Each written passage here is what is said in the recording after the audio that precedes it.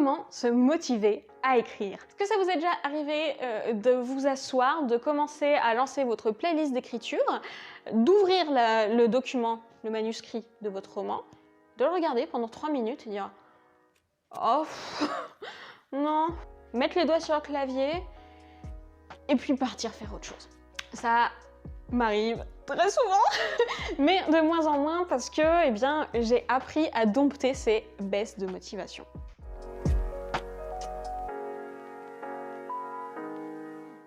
Pour moi, le plus dur, c'est vraiment de commencer, de se jeter à l'eau, de se mettre dedans, vraiment de s'immerger dans l'histoire et ensuite, ça roule tout seul. Mais il y a besoin de ce déclic, de ce boost de motivation qui, ça arrive, qui nous fasse défaut. Et donc aujourd'hui, je vais vous donner quelques conseils pour, augmenter votre motivation et vous lancer dans vos séances d'écriture. Premier point, peut-être le plus important de tous. Si vous êtes KO, si vous avez vraiment aucune envie, que vous avez complètement autre chose en tête, ne vous forcez quand même pas à écrire.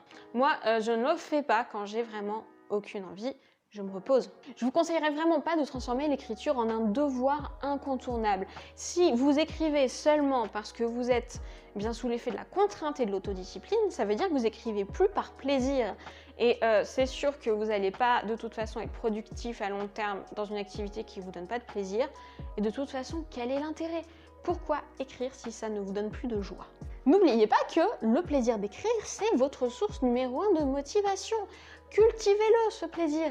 Je comprends que vous ayez peur de ne jamais avancer parce que vous n'allez jamais être totalement dans le bon état d'esprit. Mais moi, je vous conseille, si jamais vous devez forcer un petit peu, de le faire à un moment, au moins vous vous sentez bien. Vous êtes reposé, vous avez bien mangé, vous n'avez pas d'activité stressante prévue dans la journée. Bref, vous êtes dans les meilleures conditions, vous êtes détendu, sereine, heureuse. Et là, vous pouvez vous lancer dans l'écriture parce que vous êtes dans de bonnes conditions. Mais si vous êtes stressé et que vous êtes en train de grappiller des moments par-ci par-là, et qu'en plus vous n'êtes pas motivé, franchement, ne vous maltraitez pas. Ne vous faites jamais violence. D'ailleurs, un des meilleurs moyens que j'ai, moi, à me motiver à écrire, c'est de repenser aux séances d'écriture qui sont bien passées, à celles qui m'ont donné du plaisir, et me dire j'ai envie de retrouver ce plaisir. Donc vraiment, on cherche le plaisir et on n'est pas du tout dans une logique de contrainte et d'autodiscipline stricte.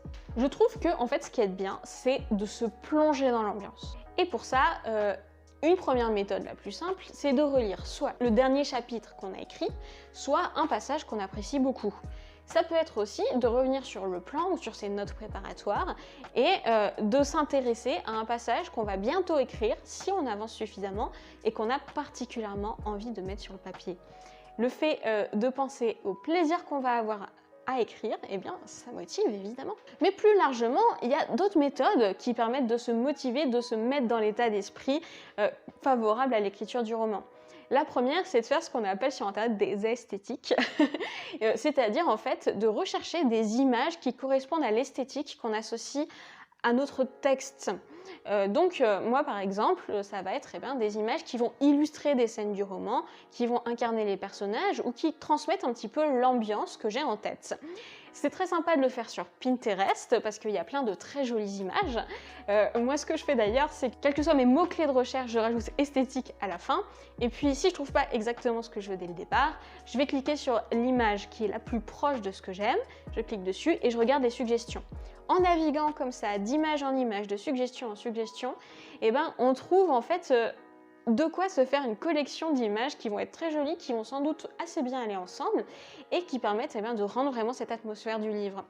Ça permet aussi parfois de stimuler son imagination, d'avoir des idées qu'on n'aurait pas eues, de se dire « Ah, tel personnage, j'aimerais bien qu'il ressemble à ça » ou « Ah, j'ai vu une suggestion de tel type de décor, j'aimerais bien qu'il y ait ça dans mon histoire ». Bref, c'est aussi un moyen d'enrichir, de nourrir votre créativité. Donc vraiment, il n'y a que du positif. Et puis, ça vous permet de basculer dans l'univers de votre roman en douceur, sans être tout de suite sur votre clavier à écrire, mais en faisant quelque chose qui est en lien avec votre texte. Ensuite, vous pouvez faire des petits assemblages d'images. Moi, j'aime bien en faire et puis les poster sur les réseaux sociaux. C'est un moyen de partager votre univers aussi sur Internet. avec par exemple des citations, mais vous n'êtes pas obligé. Et moi, pour faire ces petits montages, j'utilise Canva, qui est vraiment un outil extrêmement pratique pour les gens qui n'ont aucune compétence en graphisme, comme moi.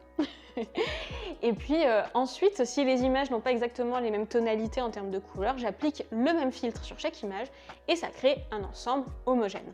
Donc voilà, c'est une activité vraiment qui est dans la recherche des jolies images, quelque chose qui n'est pas fatigant, qui ne demande pas beaucoup de compétences, mais qui permet vraiment de se mettre dans un état d'esprit positif en pensant à son livre.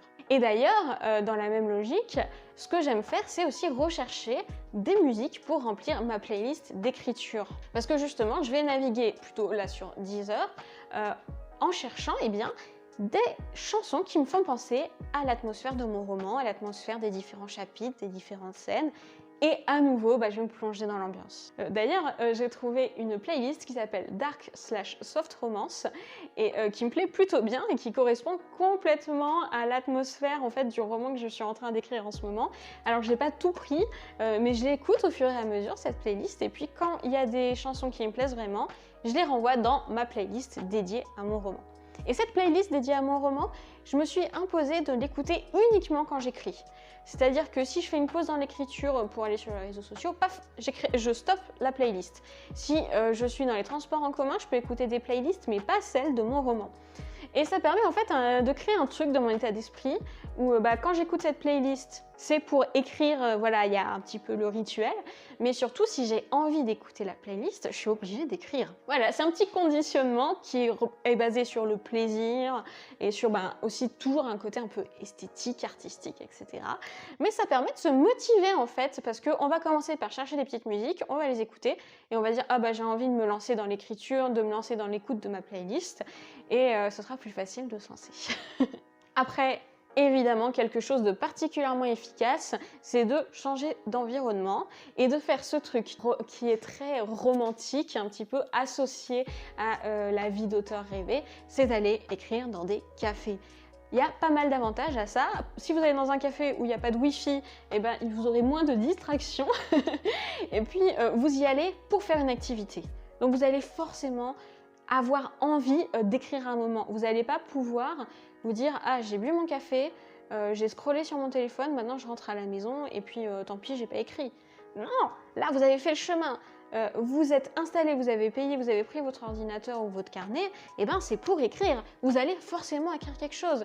Changer d'environnement et aller quelque part pour écrire, c'est un booster de motivation et ça vous permet de vous lancer dedans avec plus de facilité et plus d'enthousiasme. Et puis le dernier point, c'est de regarder des vidéos YouTube qui parlent d'écriture et notamment des vlogs d'écriture où on voit des auteurs qui réussissent à atteindre leurs objectifs, à progresser sur leurs projets et qui en tirent du plaisir. Il y a des tas de vlogs qui sont vraiment très apaisants, très sereins, très beaux et très motivants. Des trucs très inspirants que j'adore regarder. À une époque, avant d'écrire, je regardais toujours 10-15 minutes d'une vidéo YouTube qui parlait d'écriture et ça me motivait à fond. Je me disais, j'ai vu les autres réussir, avancer, tirer du plaisir à l'écriture, j'ai envie de faire pareil. Moi aussi, j'ai envie d'être dans cet état d'esprit et ça me motivait vachement pour me lancer dans l'écriture. Si jamais vous cherchez des vidéos à regarder justement pour vous motiver, n'oubliez pas que j'ai fait un certain nombre de vlogs d'écriture dans lesquels vous me voyez avancer avec pas mal d'enthousiasme sur mes différents projets. Donc n'hésitez pas à aller regarder tout ça la prochaine fois que vous aurez une petite baisse de motivation. Ça va peut-être vous remettre dans le droit chemin et vous redonner du plaisir à écrire.